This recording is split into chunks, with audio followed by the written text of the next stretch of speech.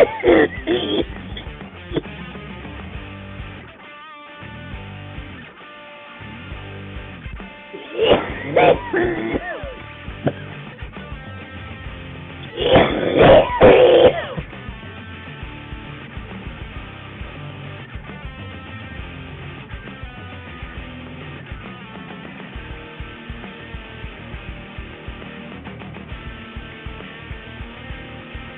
hello everybody.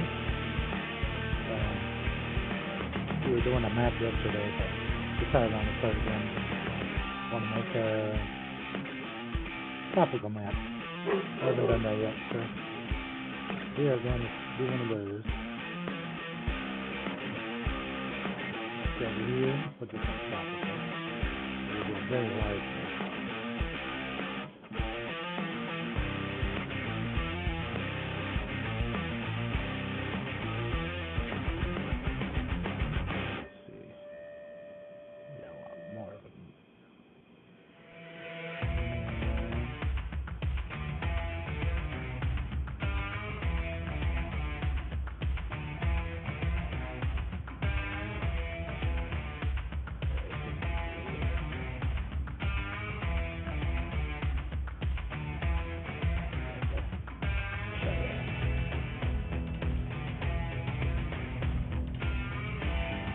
Not too bad.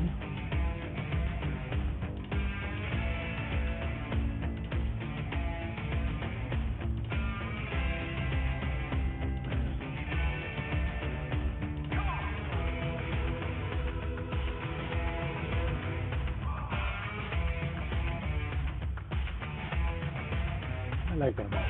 Let's go with that. 7.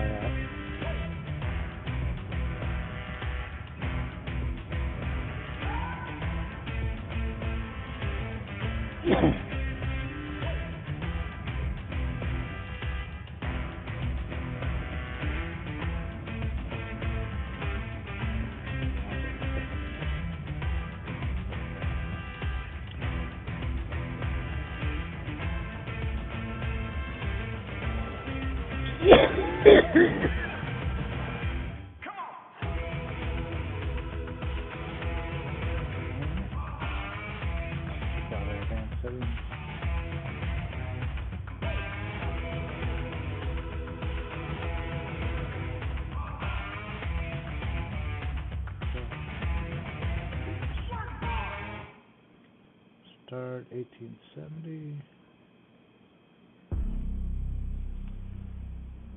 Yeah, let's do 1870.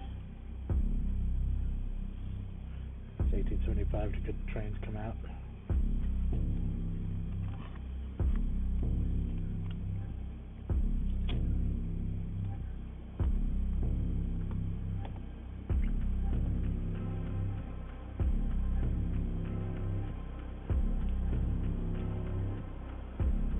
All right.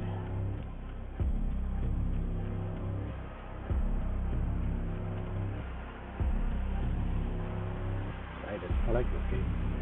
I started playing it a few weeks ago.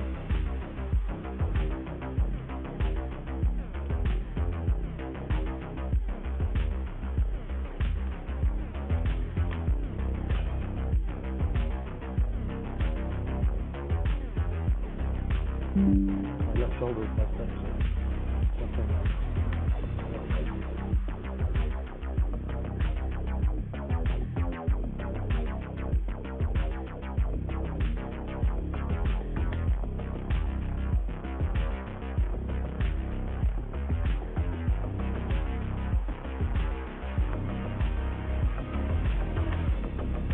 Let's see what we got here.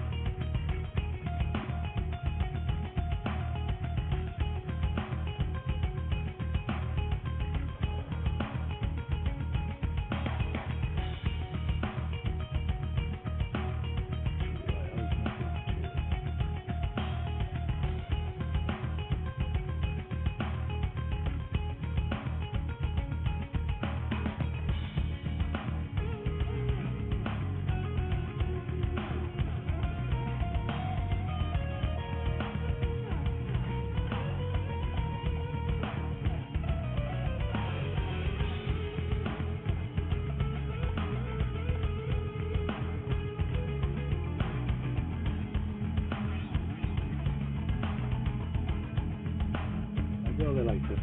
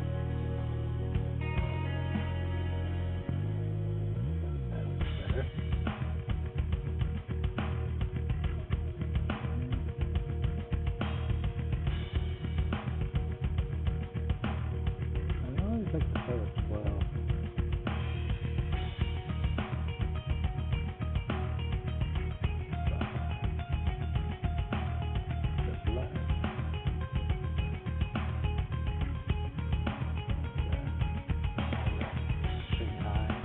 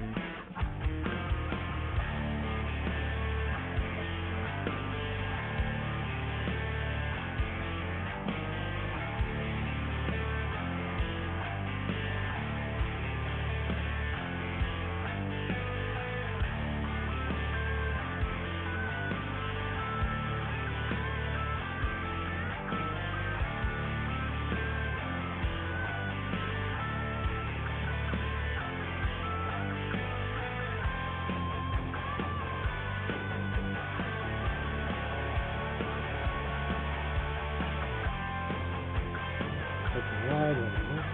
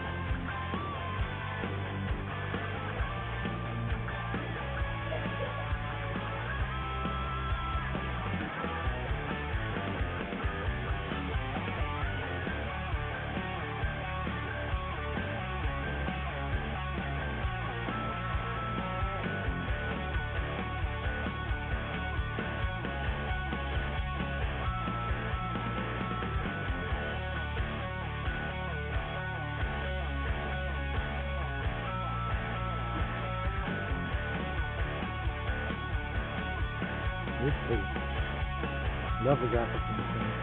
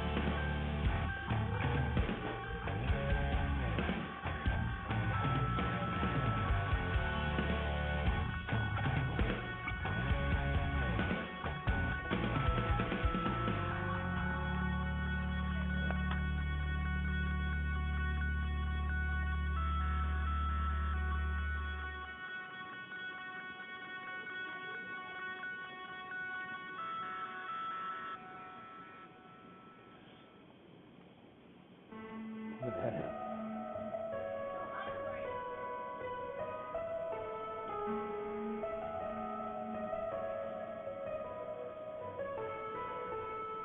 Man, I love the graphics.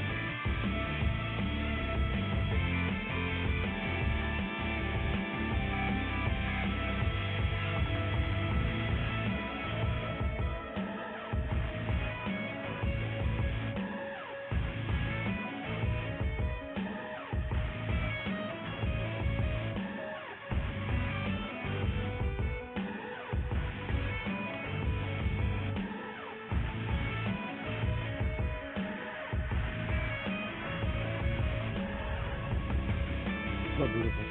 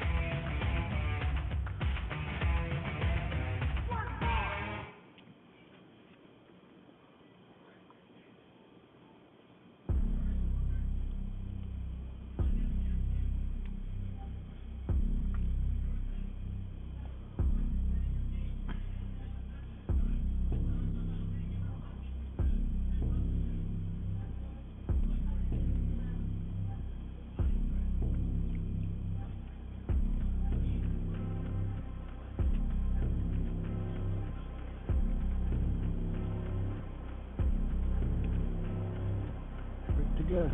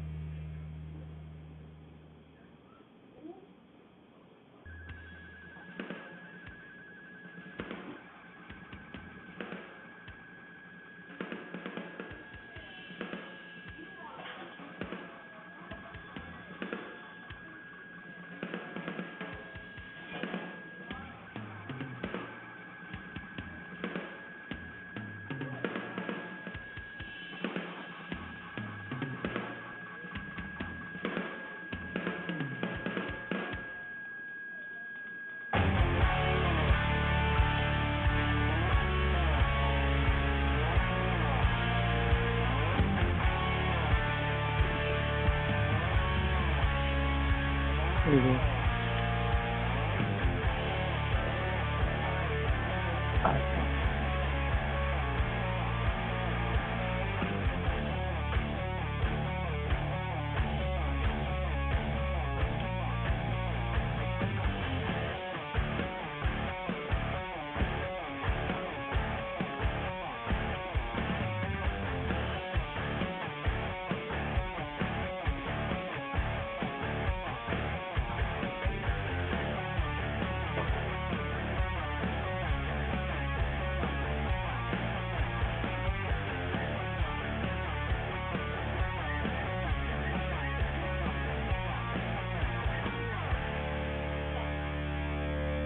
Nothing. I might have an answer. No. Why? It's my phone and I don't like people touching it.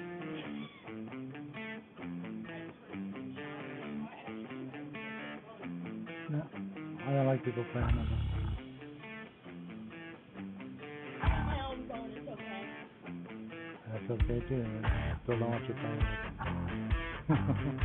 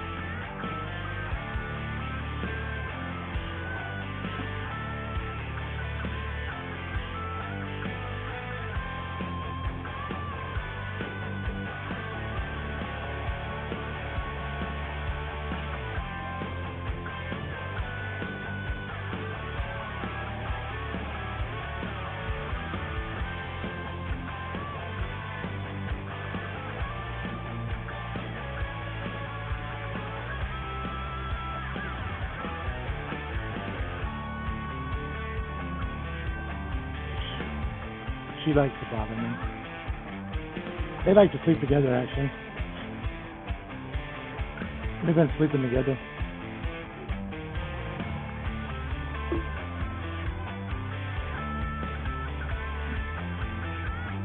Yeah, she's not trying to kill him anymore. So.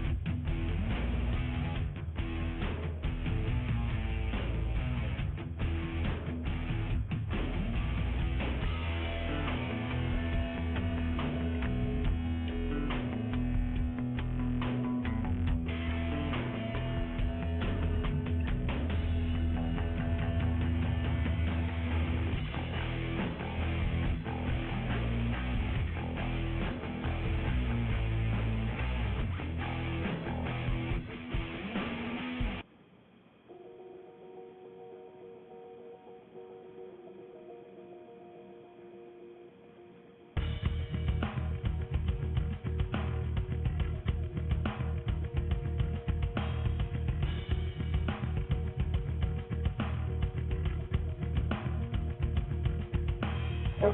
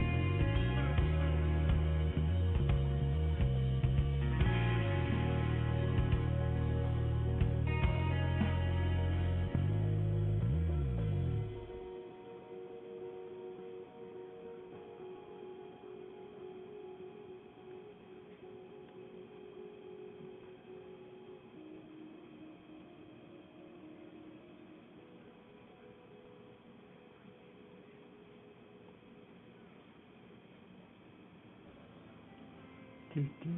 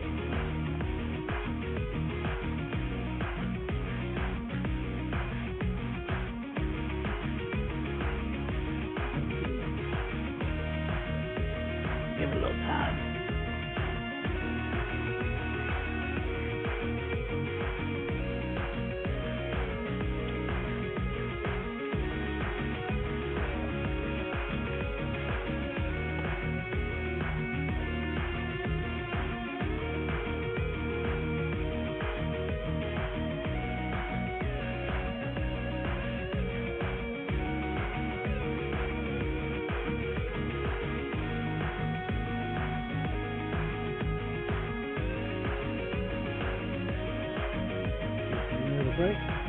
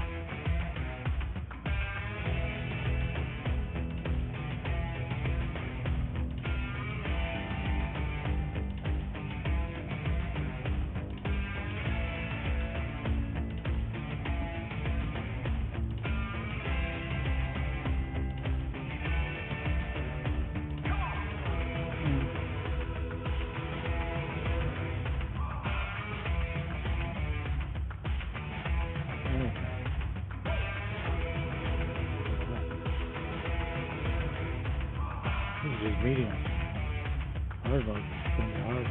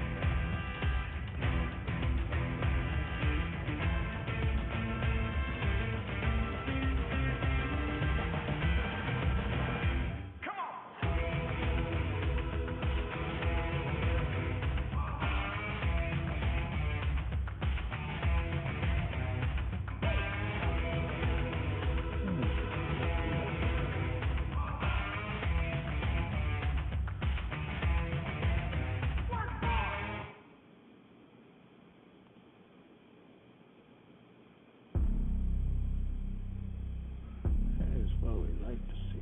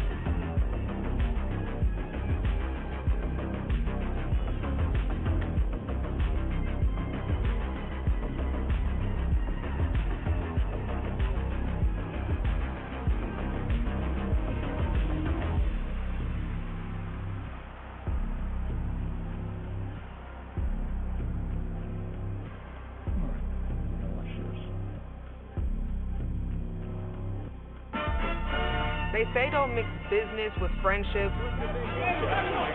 but I didn't follow my own advice. Done politicking with the competition. This is our time for glowing.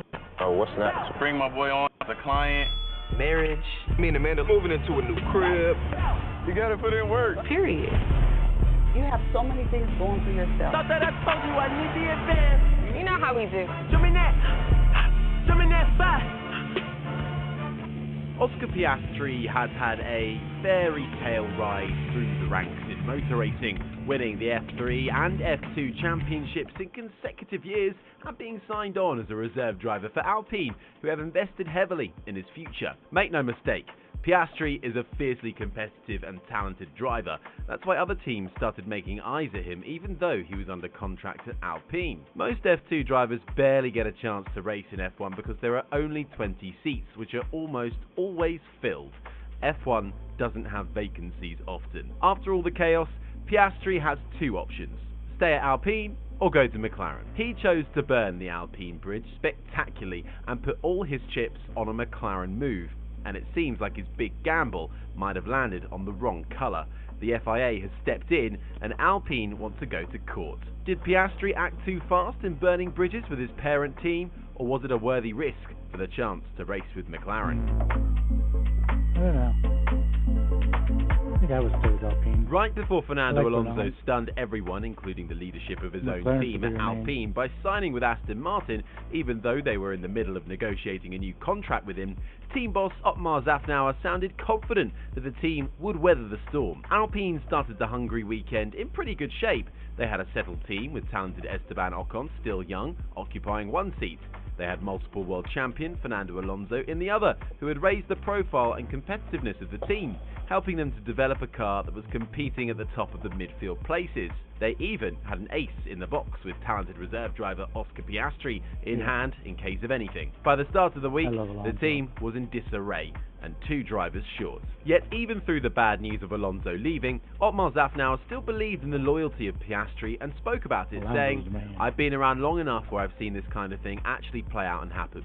When Jensen signed with Williams and ended up at British American Racing Honda, if you remember those days, there was absolutely no issue. I mean, I know Oscar is different from Jensen. Hopefully we don't have to go down that route anyway. His next words turned out to be prophetic and may indicate the path that might spell bad news for Oscar Piastri. Alpine has the chance to take the matter to a higher court and bring the whole process to an authority different from the FIA and CRB, Contract Recognition Board. He said, "But your presumption was, oh, a driver wants to go somewhere else. So hopefully that's not the case. But I've seen it where a driver actually signed with another team incorrectly, so had to drive for the team that he initially signed with. Uh-oh." Fernando Alonso turned 41 recently, and Alpine were gracious enough to offer him a way back into the sport after he had retired. He created a big problem for Alpine though.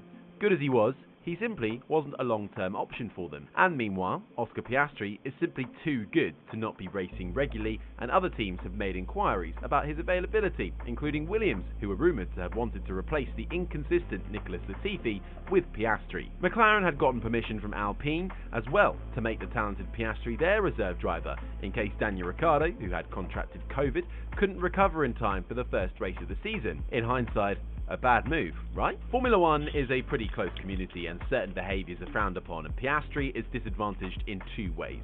Firstly, the way he handled the announcement by Alpine as a rookie driver was seemed funny. unnecessarily public, and second, the driver whose seat he's taking is none other than Danny Ricciardo. Daniel is well loved in the paddock and by fans, and the way McLaren is handling his contract termination has been nothing short of disastrous. Piastri's tweet against his parent team was pretty scathing. It stated, "I understand that, without my agreement, Alpine F1 have put out a press release late this afternoon that I'm driving for them next year. This is wrong. I have not signed a contract with Alpine for 2023. I will not be driving for Alpine next year." With the advent of social media, we have seen certain drivers being unanimously disliked by the fans, and Piastri, without even racing in F1, risks the same fate, and how he handles himself till the end of this saga will define his future reputation. And yet, not everyone sees his move as a bad thing. Ralf Schumacher came out in support of Piastri, placing all of the blame squarely on Alpine and Szafnauer's shoulder for not acting sooner. He said, accordingly, he has to blame himself. Oscar did nothing wrong.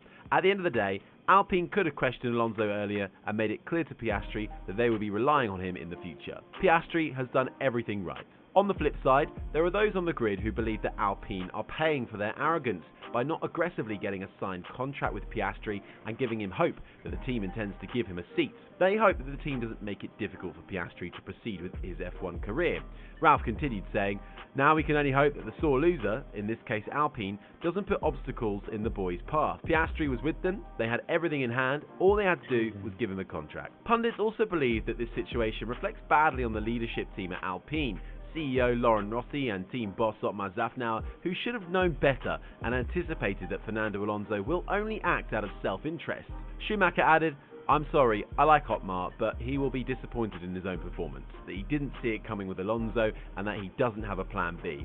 That's the embarrassing thing about the whole saga." The biggest problem that Oscar Piastri has been facing as reserve driver for Alpine is the fact that he hasn't been able to race, which is crucial for any driver's development in Formula One. Alpine are not blameless in the whole matter, as they did not show any inclination to give him the driver's seat that had been occupied by Fernando Alonso for the past 3 seasons. When Piastri's camp, he's managed by ex-F1 driver Mark Webber, heard that Alonso was negotiating a new multi-year deal with Alpine, they must have thought that there's no future for him there. Who could blame them? Loyalties in F1 switch very quickly, and Piastri found an unlikely ally in Ralf Schumacher, who echoed what his advisors must have been thinking when they took the McLaren deal over the Alpine one. Schumacher, whose nephew Mick Schumacher's seat is said to be under threat from talented F2 drivers, must be relieved that Piastri isn't one of those drivers angling for the Haas seat. He threw his weight behind Piastri's decision, saying he won Formula 3 in his first year, and Formula 2 as well. What should he be waiting for? I would have done the same thing if I had been offered a job. Whispers on the grid also indicate that Alpine's plan was to offer Alonso a 1-year rolling deal, but Alonso wanted a guaranteed 2-year deal, with the option for a next one, taking his racing days into his 45th year. It wouldn't be fair to the youngster to wait that long while an illustrious team like McLaren had a ready-made offer for him on the table. Ralf explained the situation, saying, "One thing was clear, Alpine wasn't interested in putting Piastri in the car next year. They wanted to put him somewhere else for 1 or 2 years. They didn't expect Fernando Alonso to leave." He then summarised how all of us are feeling, adding, "When you have such a jewel, it's criminal to let him go. If you're then unable to get the contracts right yourself, you can't blame the young man." Drivers' contracts are usually left to be sorted between teams and drivers, largely left alone by the FIA, so it's bad news when the ultimate governing authority of the sport steps in, trying to arbitrate such a matter. Although contracts are usually cast in stone, teams and drivers have had to seek outside help before, so that no one party is wronged. The CRB is a body that came into existence 30 years ago after Michael Schumacher broke his promise to Jordan Racing, whom he was having contract negotiations with, and instead signed for Benetton Racing. The dispute that followed necessitated the formation of the body that analyses and declares the legality of drivers' contracts. The FIA President Mohammed Ben Sulayem waded into the dispute, urging that the teams accept the outcome determined by the CRB. Obviously, it's to the sport's benefit that such matters are kept under wraps, dealt with internally, and kept out of the public eye. He tweeted, "The FIA's Driver Contract Recognition Board, CRB, was set up to deal with contract priority issues between drivers and F1 teams. That's why we rely on their decision to resolve any conflict." The makeup of the CRB usually involves independent lawyers with no bias, and as such, their verdicts are usually almost always respected. Except for this time, where Alpine team principal Otmar Szafnauer has rejected the outcome that validates the contract between Oscar Piastri and McLaren, fully intending to take the matter to court. He didn't mince words, saying, "Going to the High Court is over 90% certain that's what we'll do." This presents a huge problem for both Alpine, who seem to genuinely believe in the contract they have with Oscar Piastri, and the driver who thinks that he has a valid contract with McLaren. It's not ideal to have an unhappy driver in a highly coveted seat, and while he might be forced to stay at Alpine if the matter goes to the High Court, he cannot be forced to drive and can sit out the remainder of his contract not driving for any other team. This would be highly damaging to his career, and he needs to be able to race regularly, and the seat he has been promised at McLaren could go away in the meantime. Szafnauer seems prepared for such a scenario, saying, "If the CRB says your license is only valid at Alpine, and then he says, 'That's great, but I'm never driving for them, I'll just sit out a year,' then you've got to go to the High Court for compensation." Alpine has invested so much into Piastri's growth over the years, financially by giving him private tests, and in his Formula 1 education, giving him driving time in isolated sessions. If Piastri's contract with McLaren is validated, Alpine also seem confident that they will get compensated for their development of the driver.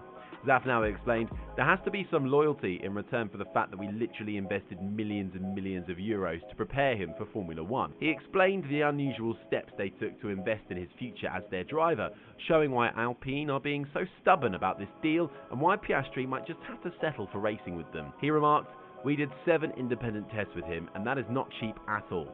Spent a lot of money on Piastri to prepare him for the future.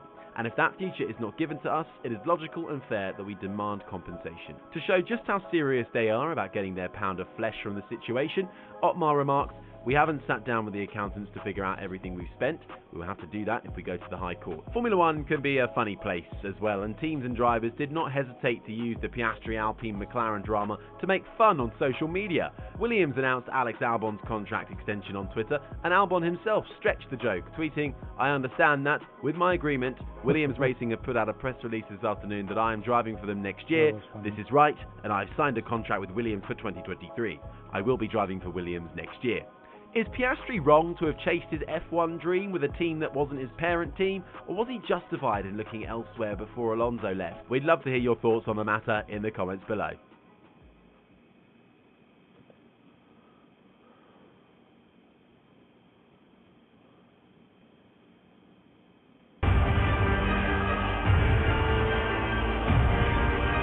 Rohan, listen closely. You have the potential. Everyone who thought that F1 silly season was over is in for a shock. Turns out it's just the beginning. Yes, Sebastian Vettel's sudden retirement announcement put the cats amongst the pigeons, but no one expected the drama that is unfolding all over the paddock right now. Fernando Alonso is always at the forefront of any drama on the grid. For the past 4 years, Ricciardo has been the block that starts the dominoes falling, skipping from Red Bull to Renault to McLaren and now back to Alpine, probably? Oscar Piastri was the wild card no one was counting on, and it seems like it's an Australian switcheroo party. He might have kicked out his fellow countrymen, but Danny isn't going without a fight. McLaren have fired their shot, and so has Danny. This will be messy, won't it?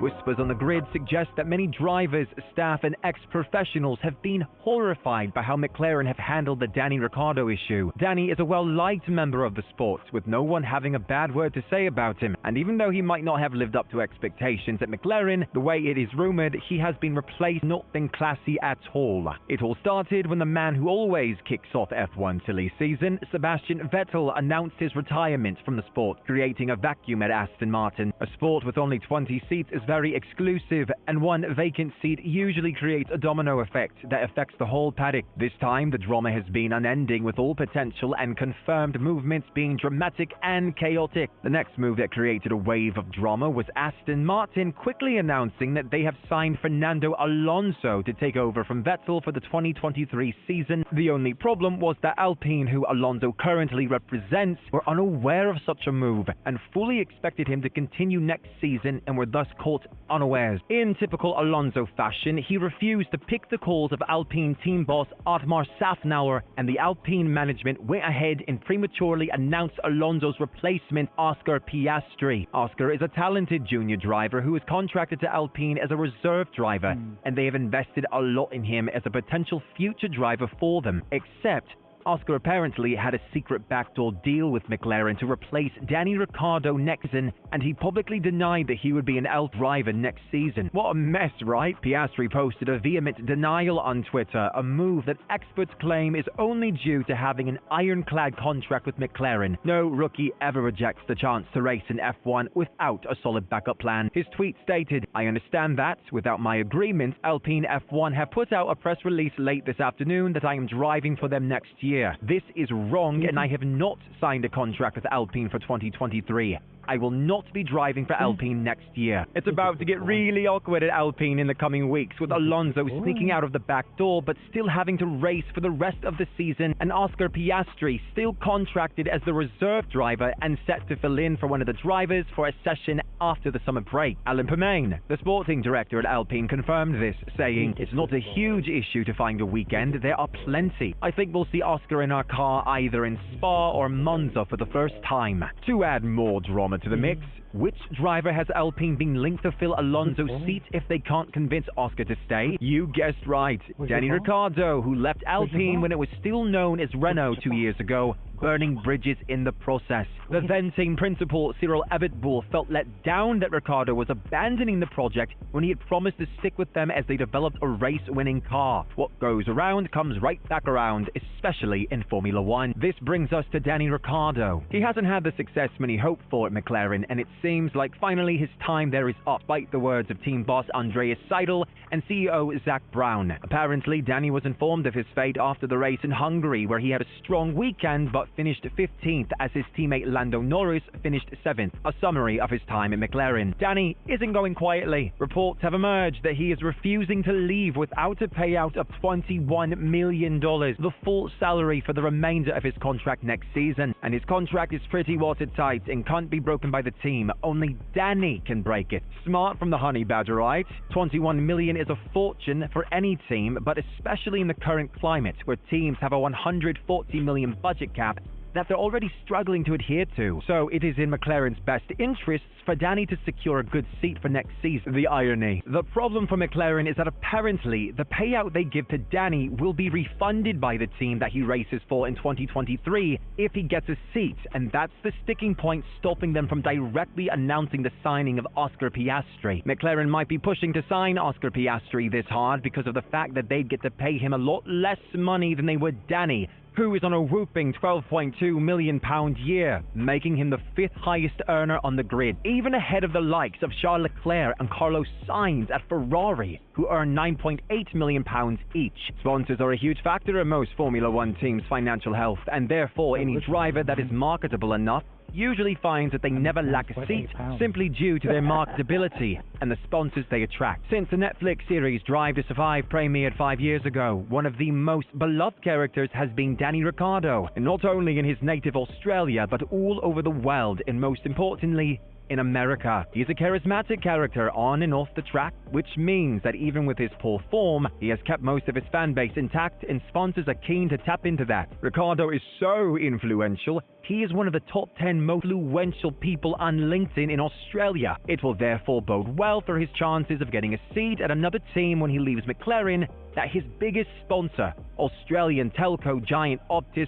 have chosen to stick with him even amidst the uncertainty over his place in the sport. Optus renewed their contract with him as their ambassador and threw in a statement of support. Their chief marketing officer, Melissa Hopkins, remarked, "Optus believes that great things can happen in times of adversity, and from having the courage and commitment to say yes. We look forward to Daniel showing the global Formula One community exactly what has made our favorite honey badger so formidable." McLaren apparently have not only offered Piastri the seat currently occupied by Danny, but CEO Zak Brown has been going around offering it to various drivers on McLaren's roster. Early in the year, it was American IndyCar driver Colton Herta, and now Patricio O'Ward claims he was promised the seat as well. Can you imagine the audacity? The revelation by IndyCar driver Patricio O'Ward will not buy any sympathy for McLaren, showing that the drama wasn't only confined to Formula One. O'Ward publicly called out the McLaren team CEO Zak Brown. He said, "It's not good for me to have that illusion. It's a dream that's very far away, because although I'm racing at a very high level, it's still not enough to convince them. There are many things that come into play that are beyond me." I found it laughable.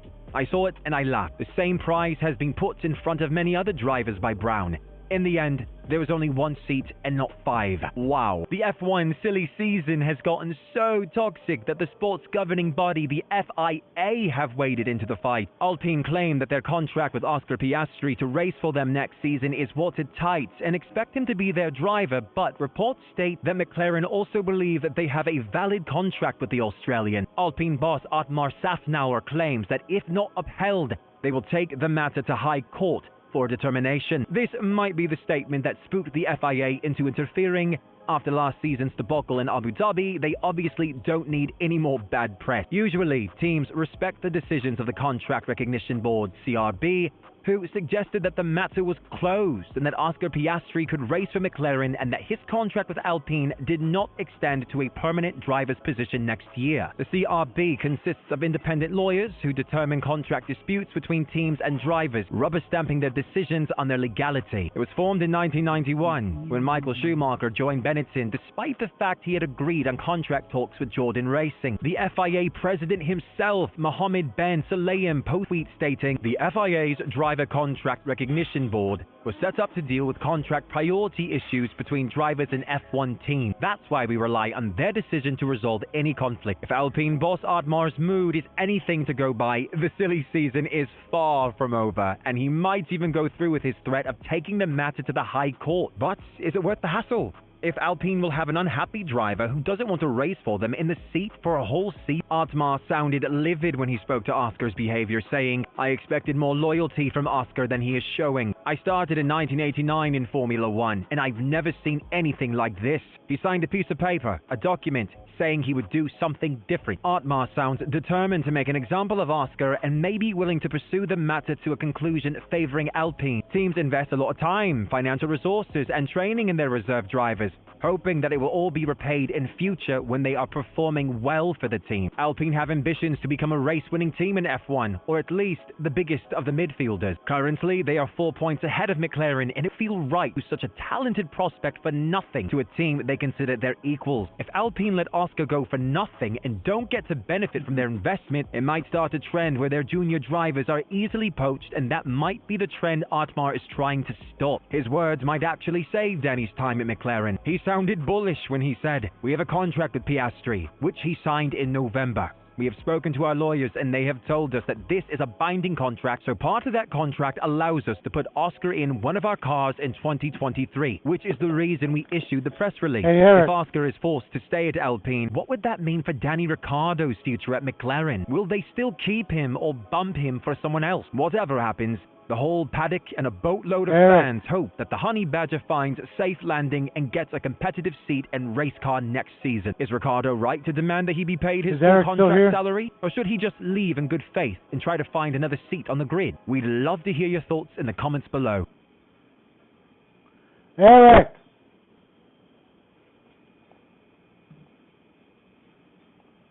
Cast your minds back to the beginning of the 2022 season. The cars of Porpoise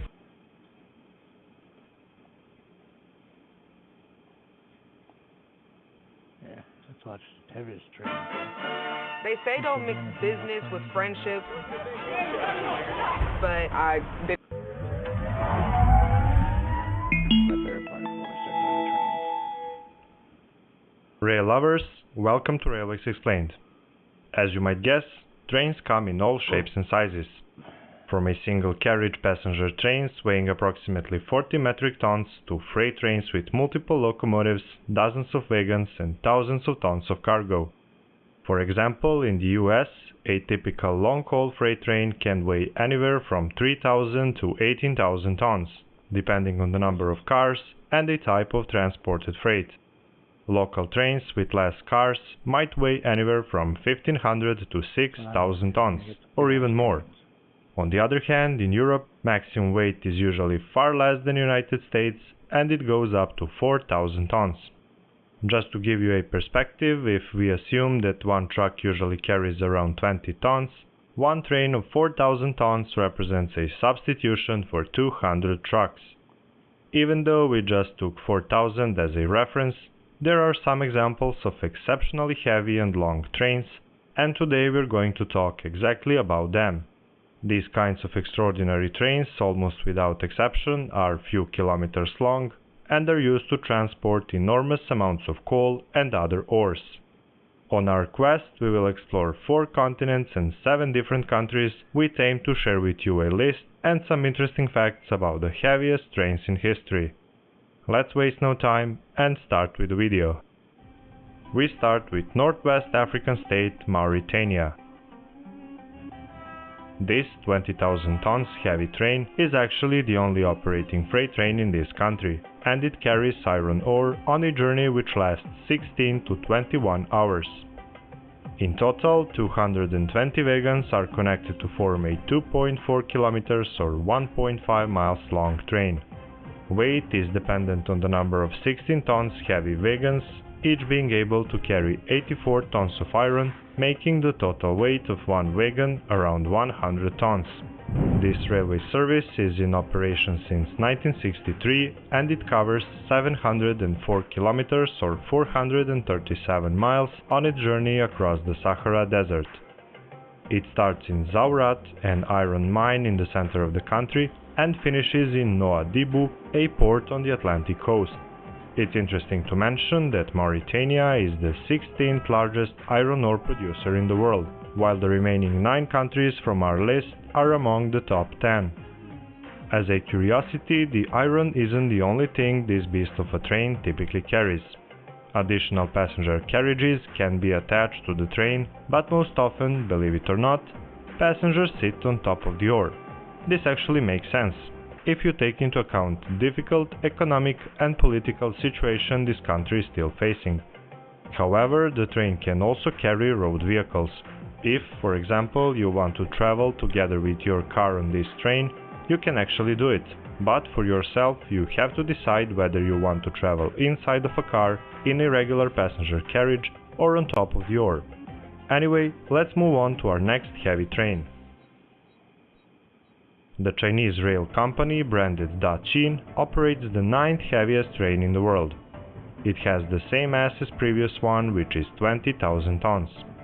The company was named Daqin due to the fact it offers services between the mining center of Datong, located few hundred kilometers west of Beijing, and the port of Qinhuangdao in the northeast province of Hebei. trains on this service are consisting of 210 wagons and are transporting hundreds of millions of tons of iron and coal every single year. Just in 2018, Dacian Railway transported about 451 million tons of these two resources. For the sake of clarification, this is about 61 trains per day and about 22,500 trains per year. Let's again change continents. Now we go to North America. The Quebec North Shore and Labrador Railway is a private Canadian regional railway that operates a 414 kilometers or 257 miles long railway line stretching through the wilderness of northeastern Quebec and western Labrador. This company moves some impressive iron ore trains weighing about 30,000 tons, carrying up to 240 cars, each weighing 125 tons. These are the heaviest operated trains in Canada, second in North America, and, as shown by this list, 8th in the whole world. Australia is home for some of the heaviest and most impressive freight trains in the world. In the top 10, Australia has 4, and if you take into account it is the world's largest iron ore producer, it totally makes sense. The one with the least mass of all 4 is the Horizon iron ore train. Every day, trains on this service move on average more than 700,000 tons of coal, iron ore and other minerals, as well as agricultural products and general freight across the nation. The company transports more than 250 million tons of commodities each year. To be more specific, Horizon runs iron freight trains to Esperance in Western Australia, weighing 32,320 tons, including several diesel locomotives. The Fortescue Railways operate some of the longest and heaviest trains in the world. For the 12 years since it was established, it is hauling iron ore across the deserts of Pilbara region in Australia, continuing to push the technical boundaries of this kind of service. One of these services is the iron ore train weighing 40,000 tons. With 250 wagons per train, almost 35,000 tons accounts as payload, while 5,000 represents empty cars and locomotives. This company typically operates 14 or 15 trains per day from the iron ore mines to Port Hedland, with an average cycle time between 19 and 21 hours. Loading takes around 2.5 hours, while unloading at Port Hedland takes around 3, with a rotary dumper tipping pairs of wagons which remain coupled to the train during unloading. A banking locomotive provides assistance on the first section of the journey, and it automatically decouples after some time while the train is still in motion.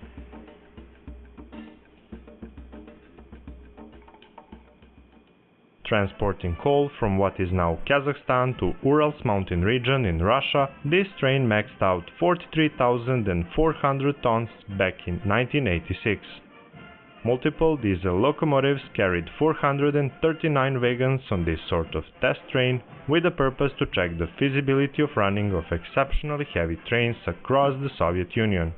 This actually was some sort of routine in the SSSR. Namely, test trains were used to see if other trains would be able to achieve similar performance and so push the limits of railway traffic. They were often recorded in record books, but did not always become the regular railway service. This was one of such trains, and it turned out to be the heaviest and the longest train in the world at the time. Time for United States. The heaviest train in the history of United States was a freight train which was transporting coal from West Virginia to Ohio, weighing almost 43,700 tons. Similar to our previous example from the SSSR only 2 decades earlier in 1967, this train was used as a test train for acceptable weights and lengths in the US. It was composed of 500 cars and a caboose, and it was powered by 6 locomotives. Heavy trains that run regularly in North America today weight around half of the weight of this legendary train and carry less than a half of the number of cars.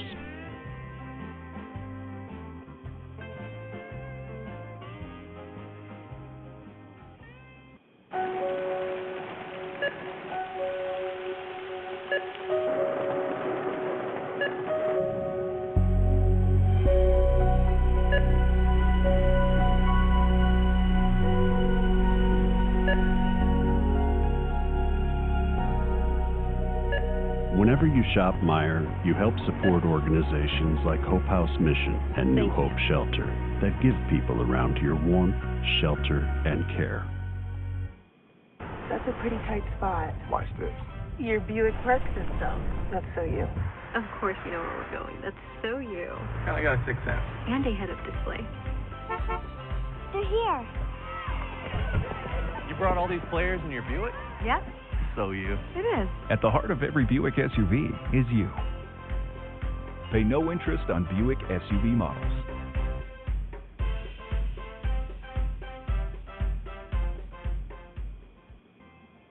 Now it's time for a major breakthrough in terms of the weight. In 1989, this South African train carried 660 fully loaded wagons down the Sishen-Saldanha line, weighing 70,543 tons. This was the world record holder at the time, replacing the American Norfolk and Western on the eternal list of heavyweight champions. Listen closely now. In order to move this cargo, 9 electric and 7 diesel engines were needed.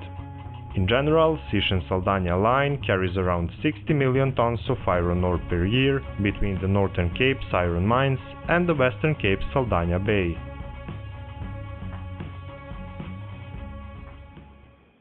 Now it's time for the third Australian train on the list. In 1996, the company known as BHP operated an iron ore train across the Pilbara region with a gross weight of 72,191 tons. What is interesting, this train has been shorter in length compared to South African one, but it was able to carry more weight. This train was powered by 10 locomotives and carried 540 wagons. This is the second time the Pilbara region appears on our list, and it also shouldn't be strange. Pilbara region is the famous mining region in Australia, with lots of mines and the world's largest mining companies, and it is responsible for production of significant amounts of iron ore for the world's market.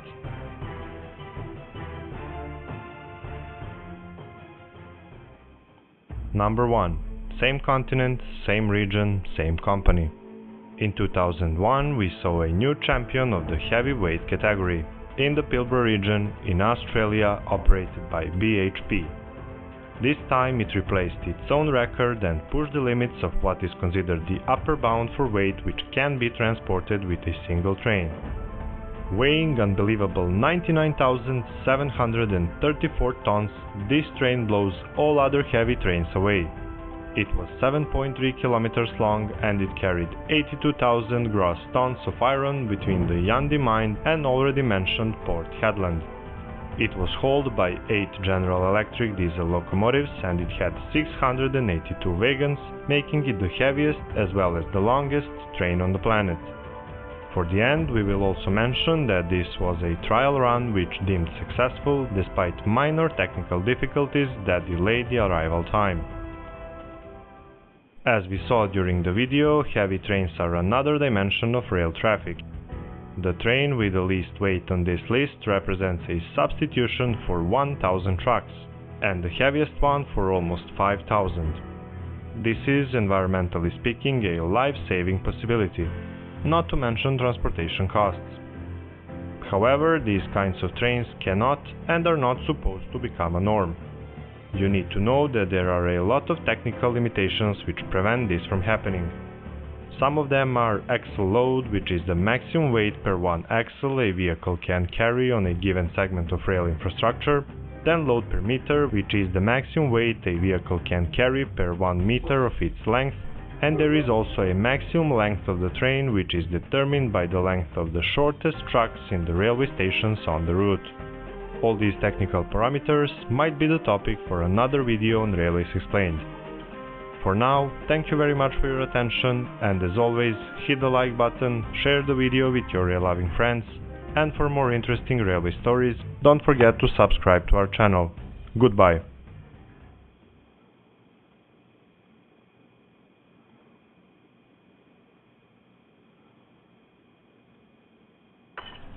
Tap water. How come? Well, because... Whoa.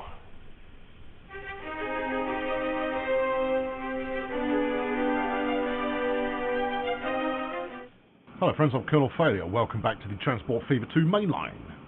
we're riding on the Bongolia mainline oil lumber line. Yeah, no, this is the one that I tinkered with very early on in the last episode, just to show that it's working. Of course it's working.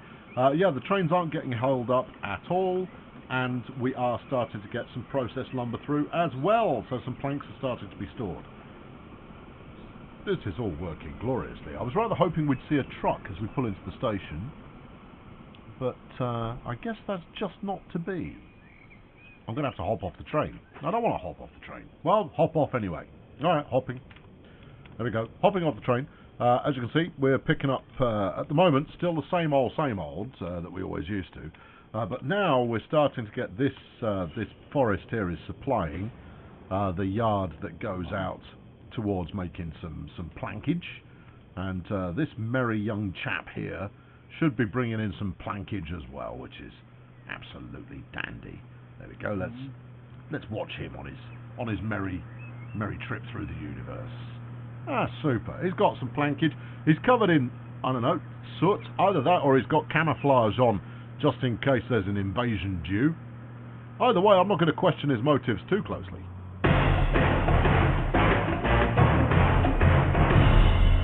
I tell you what I'm digging about this truck is the solid state tyres going on there. Those are proper beefcake, big slabs of rubber, and no inner tubes to be seen for miles in any direction. So that's super. It's not the focus of today's episode. I just thought it'd be nice to catch up on it, you know. So there we go. I'll leave him trundling in that way that things trundle. There's Dave. Still owes him a tenner. And that's that sorted then. Over here, how are we getting on? Production's happening. Yeah. Okay. Are the trucks coming in the other way actually hauling? Oh, yes they are. Is the line making profit? Yeah. Yeah, I rather think it is. If we call that up, yeah, that's in profit. Yeah, good. The other one, is that in profit too? That's the wrong one. You're looking at the wrong... That's the line you just looked at. Okay, well, look at a different line then. Of course it's in profit. It's running freight in both directions. Well, show me. It's not, look. It is now. Ha! Shh. Yeah, okay, barely. There's a bedding in period. Be quiet. Silence yourself. What about the line over here? Oh, this is making major league profit. 3 million, lovely. Good. Right, now, where are we going? We're going over here. For today's operation, holy moly, there's a lot going on up this. Sorry, just curious as to the efficacy of stuff that I'm running at the moment. You are running in profit as well. Yeah, you need a bigger train, son. Yeah, well, that's as may be. I think need a bigger train is a motif that we're going to use on a routine basis, but needs must. Right, last time we built this magnificent span of bridge that then winds around the mountain up towards Ironforge. As you can see, we've got a mainline train that's just left the premises, having dropped off absolutely nothing at all. Well, I mean, the only things that would drop off at the moment would be brick and... Come on, brain. Is it tools? I want to say tools. It is tools! Yeah, construction materials and tools, which are the only two things that Ironforge actually desires. Although saying that, are we in catchment? Yeah, you've got tool catchment going on there. Have we though? Oh yeah, maybe even a little bit of. What are you? You've got you want bricks. Okay. I mean, a little bit of in-town distribution certainly wouldn't hurt, but it's kind of working already at the moment. I'm just going to slap in a little bit of road here. Maybe that will broaden out our reach ever so slightly. But I think Ironforge will really come into its own once I start bringing passengers in, and then it will start to grow, and then maybe we'll get a little bit more supply working. No, you haven't reached any further with that. Okay, well, that's not the end of the world.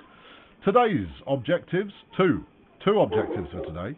We'll start with the first one, and then we'll do the second one. The second one is going to be the steel mill, and hooking that up to Ironforge, at which point that will pop into life, which will be lovely.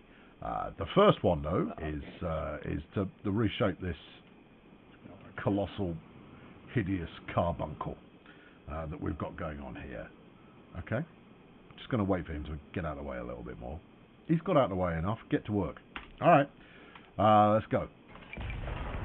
Alright, we already know where we're ending up. That's the easy.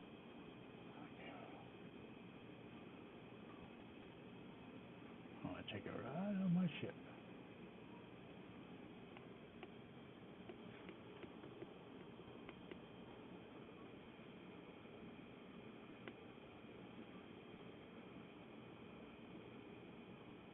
That's beautiful.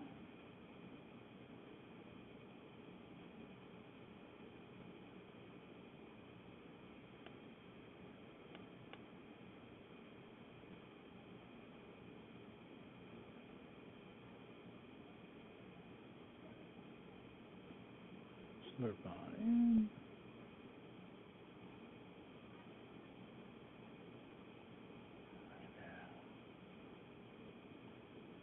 It's nice equipment.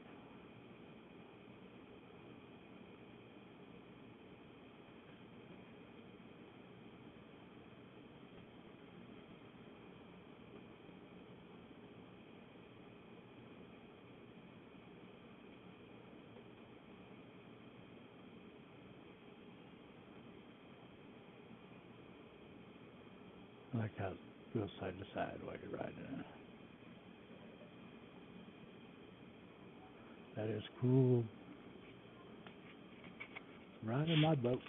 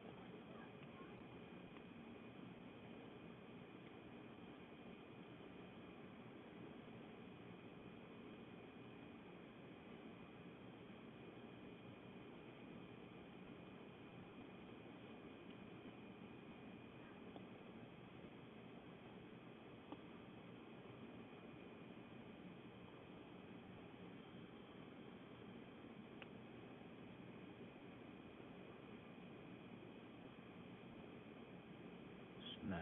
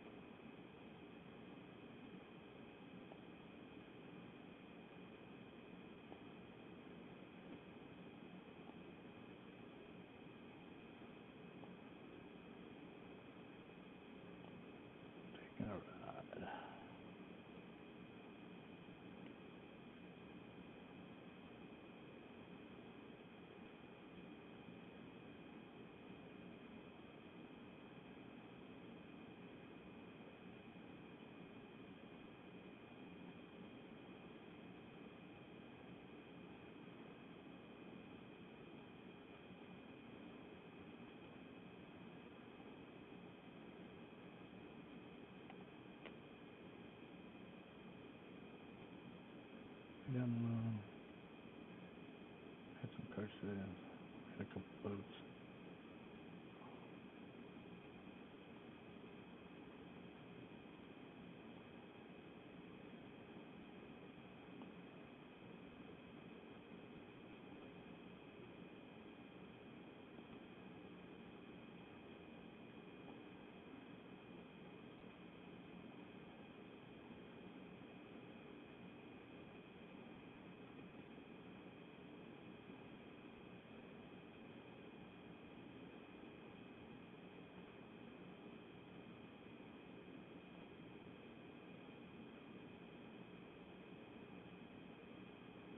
Beautiful.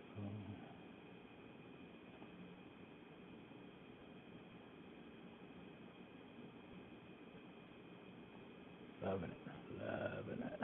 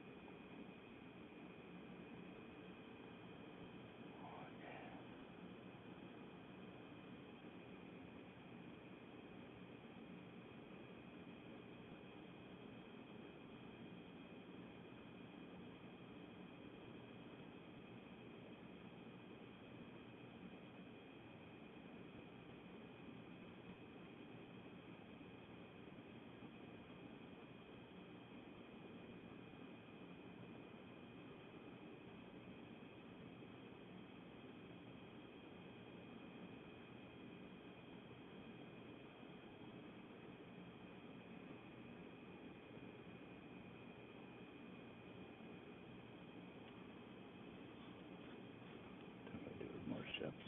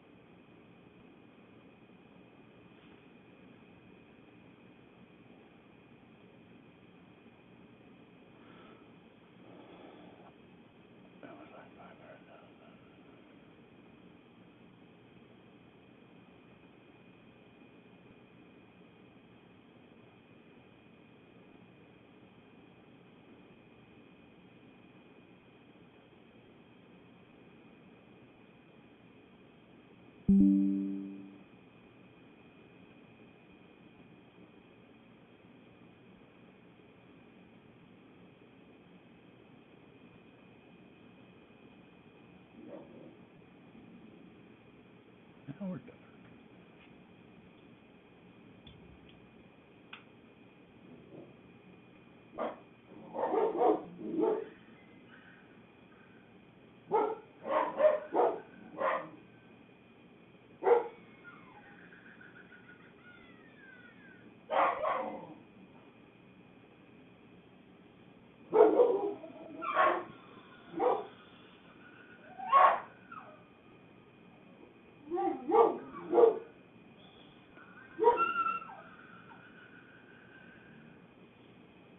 They teasing you.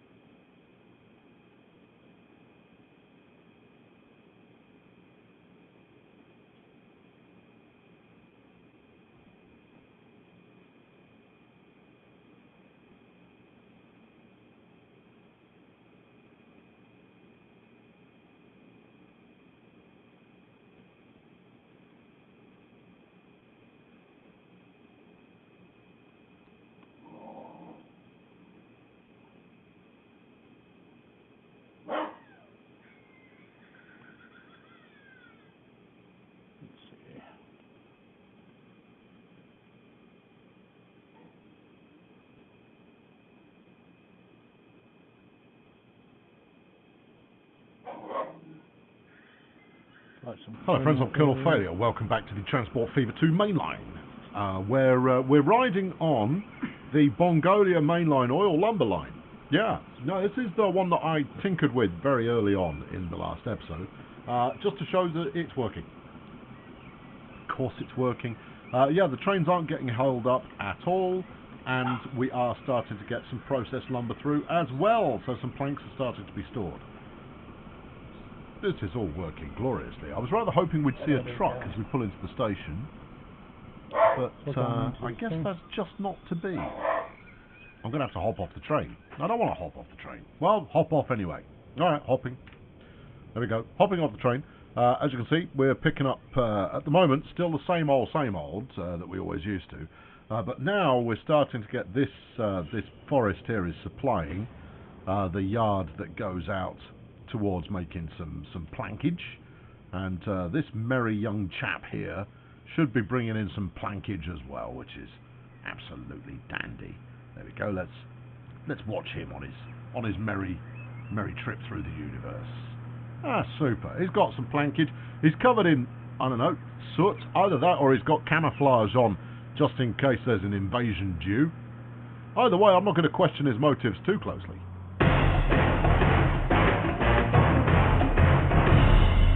I'll tell you what I'm digging about this truck is the solid state tyres going on there.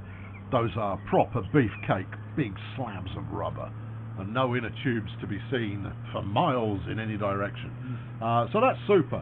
It's not the focus of today's episode. I just thought it'd be nice to catch up on it, you know. So there we go. I'll leave him trundling in that way that things trundle. There's Dave. Still owes him a tenner. And that's that sorted then. Over here, how are we getting on? Production's happening. Yeah. Okay. Are the trucks coming in the other way actually hauling? Oh, yes they are. Is the line making profit? Yeah, I rather think it is. If we call that up, yeah, that's in profit. Yeah, good. The other one, is that in profit too? That's the wrong one. You're looking at the wrong, that's the line you just looked at. Okay, well look at a different line then. Of course it's in profit. It's running freight in both directions. Well, show me. It's not, look. It is now. Ha! Shh. Yeah, okay, barely. There's a bedding in period. Be quiet. Silence yourself. What about the line over here? Oh, this is making major league profit. 3 million. Lovely. Good. Right, now, where are we going? We're going over here. For today's operation, holy moly, there's a lot going on up this.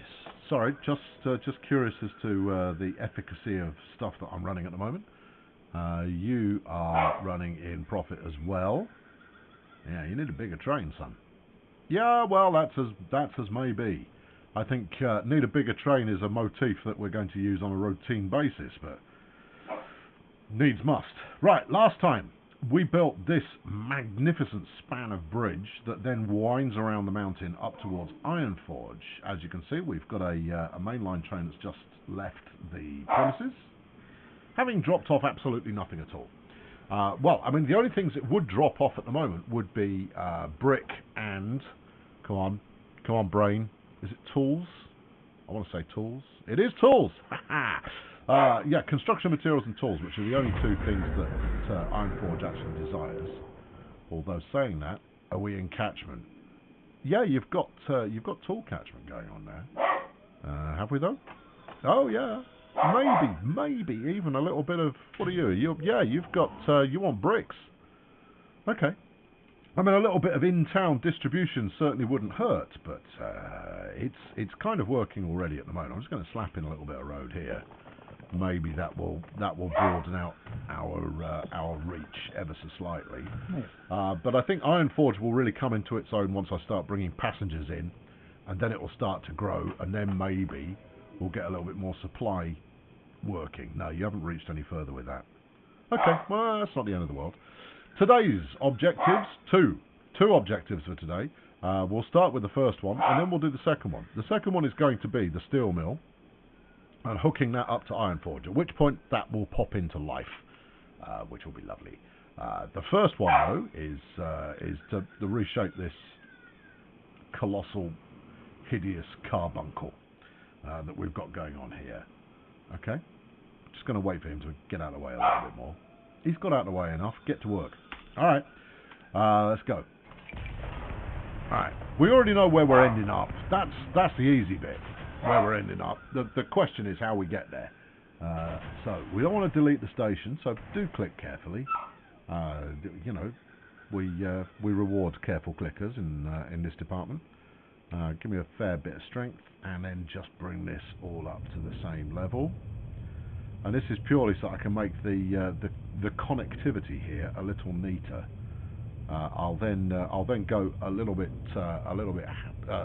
smoothing gun happy, and it should all work out. Why are you broadening out so far? Just because it will then feel a little more naturel. If you say so. Yeah. Just a little bit more naturel. You understand? There you go. That's probably enough. We don't need to be, you know, stupidly complex with this. The thing is, it would be nicer if these two came out of there, but it doesn't make any sense given that line 3 here very much exists there. Right? See? I mean, that's, you know, that's where it lives. And then this just comes out there, and we'll transfer the bridge over to be one of those. Yep. Go. Right, and then on this one, same again, only, go on, you're going to have to snap in. There you go, before the bridge starts, and that way it won't look hideous there. I mean, I didn't advertise that as being anything particularly complex. I just wanted to neaten it up a little bit. Yeah.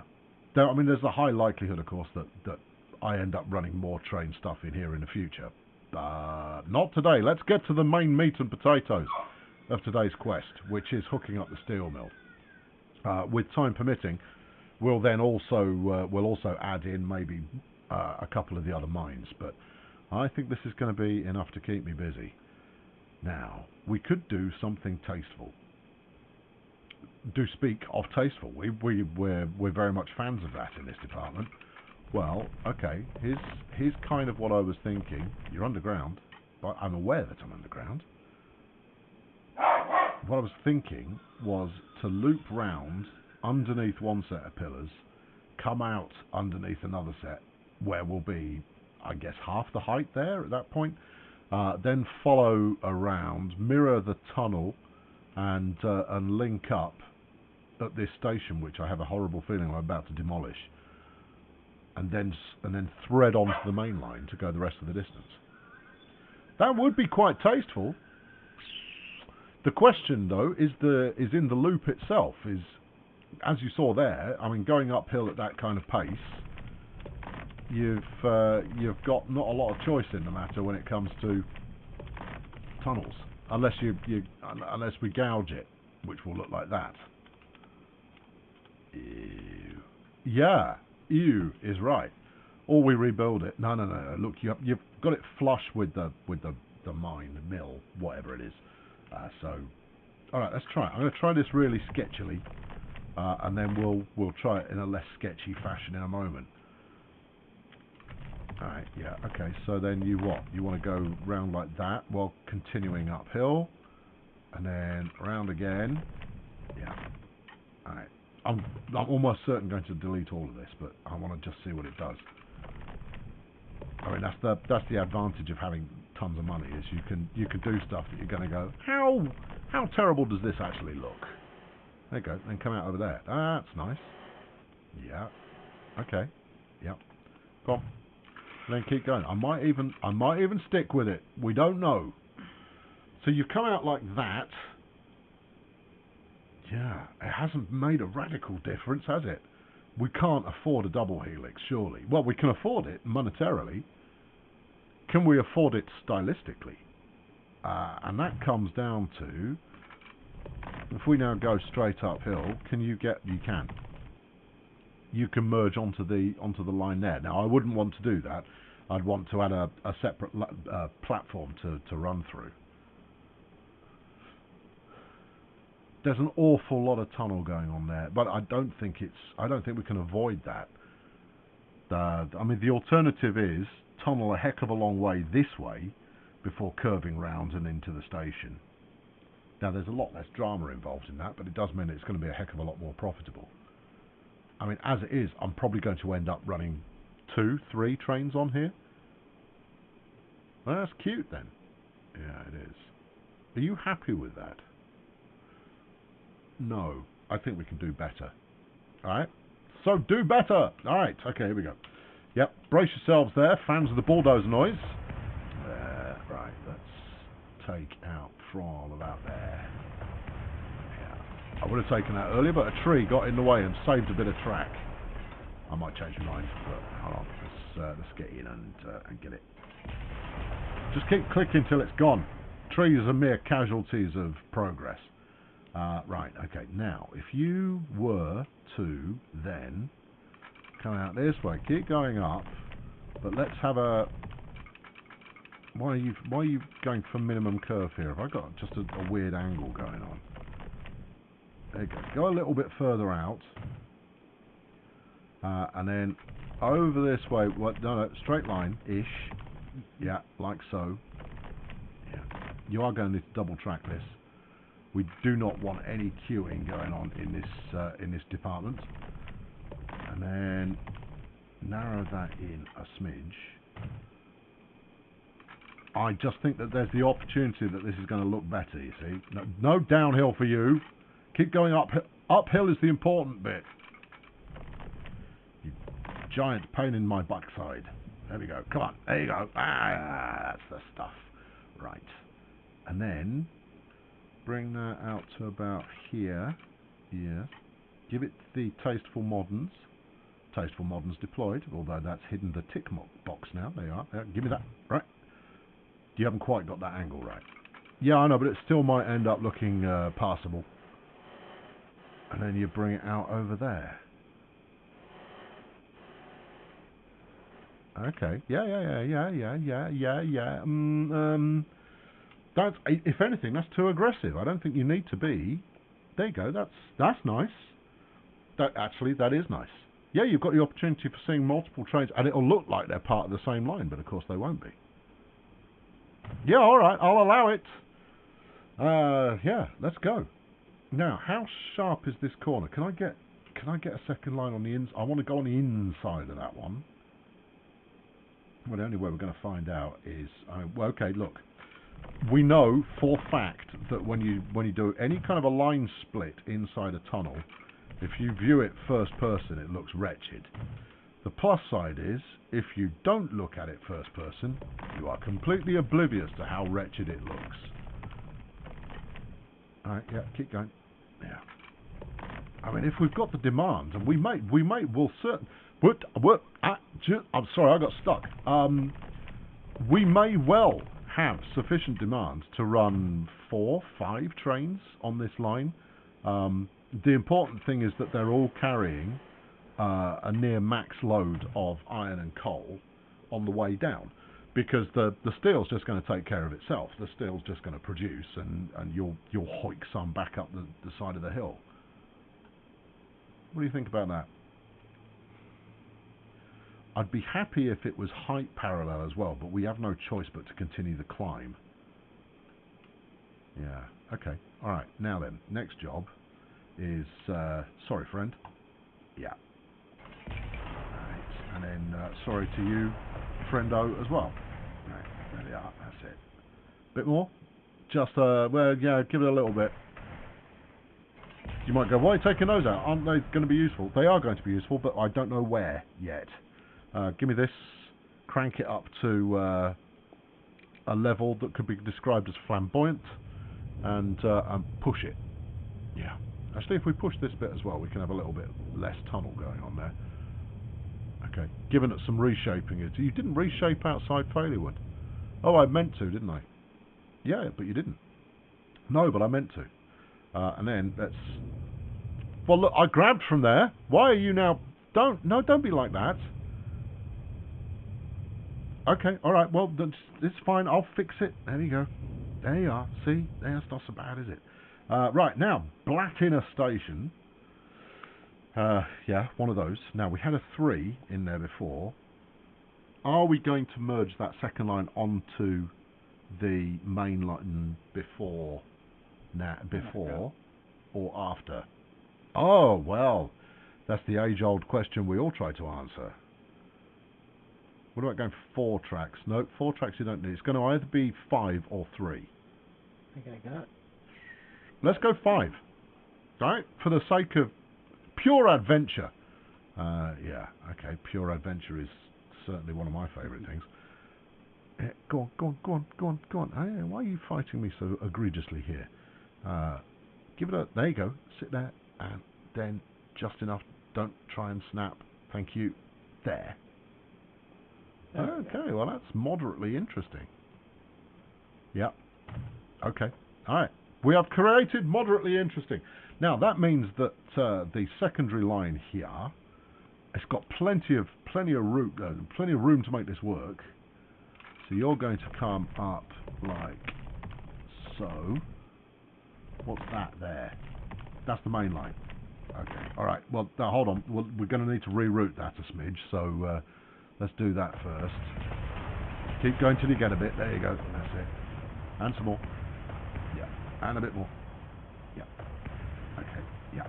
Okay. And some more. Yeah. Yeah. I'm doing it. I'm making it happen. There we go. Right. Okay. Cool. Now, do the main line first, and then you won't be sad if everything is dramatic. I might be sad if everything's dramatic. Yeah. What are you going to do about that hillside? I think I have to knock more of it out in order to make it, you know, potentially... Yeah, I know. Yes. What are you, 6? Don't like that. Wait, you're just putting it back in again. That's halfway.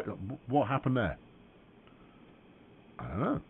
Oh, there we go. It's the autosave. Just made it all go a little bit. And then it was all and we're all fine as a result. Which side are you? It looks like your right hand side. So you would emerge about there. Yeah. And then this one would trundle in this direction.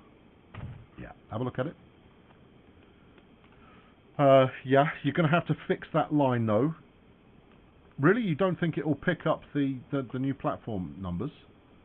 Yeah. Also, just saying, just putting that out there. But yeah, your angle of attack here is no good to anybody. I disagree. Yeah, I had a feeling you might. Let's go for this. Yeah, I know. People watching are going, no, he's done the wrong one there. I go, no, I haven't. This is intentional. And then fix the ground. Sorry, I'm starting to get immersed in my own thoughts rather than keeping the commentary running. Let's keep the commentary running. Well, a funny thing happened to me the other day. There you go. That's it. Just talk about something random while you're putting this together. I've got nothing on my mind. That's the thing. I've got nothing random I can really talk about. Okay. All right. Well, just do the necessary, Charmaine. Do the necessary, Charmaine. Yeah. Now, if you know that reference, you've done well. I mean, that one very much is British, and it's from the 1980s. But there you go. Right. Do the necessary. I like that. Right. Okay. So this is obviously this is the mainline switch out here. And then I'll probably put a switch out from that. Ooh, that's tasteful. Yeah, over onto there. Yeah, okay. Yeah, that is moderately tasteful. Let's double slip all of this wherever possible, just to make sure that we can get where we're going. That appears to have fixed the route. Yeah, but I don't believe that. Show me lines. No, there you go. Okay, all right. No, it has done exactly as prescribed. All right, and then we'll throw this down to here. Oh, we'll make it. All right, is that the right side? No, it's not. That's the wrong side. All right, we'll connect to the right side. I have done. The right side, which obviously in this case is the left side. If you're not confused already, you're welcome. All right, grab, go.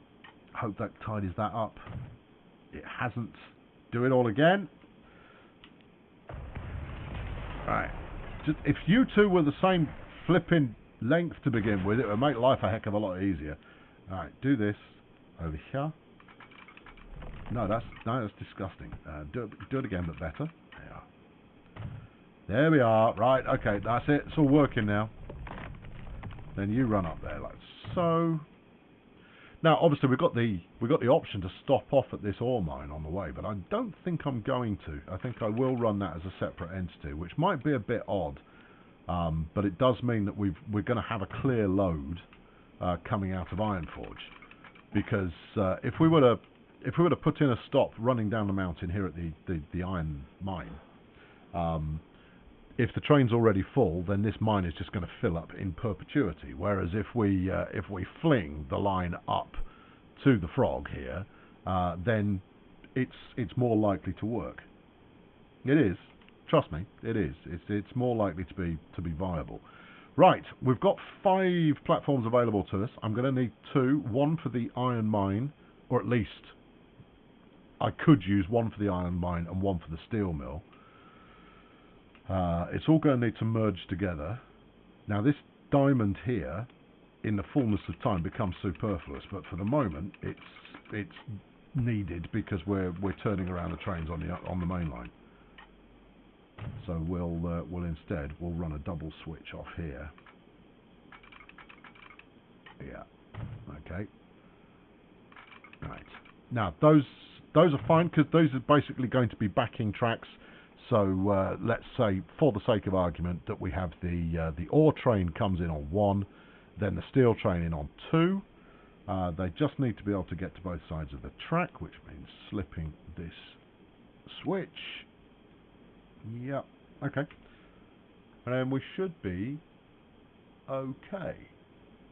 Yeah. Hang on. If you're coming out of this one, you're going to need another. You're going to need another. You're gonna need another. Alright, okay, I'll do it here. It's dirty, but I have a feeling that I'm going to be running a heck of a lot more lines into this station, so there's a... It's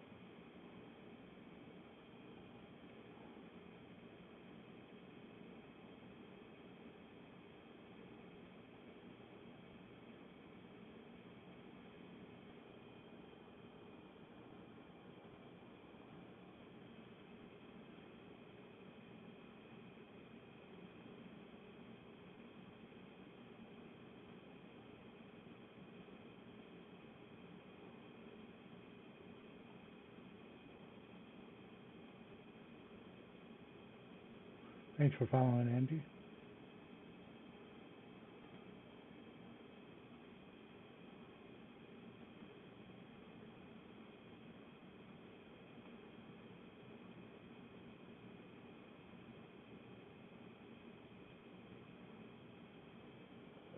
My internet must be fucked up.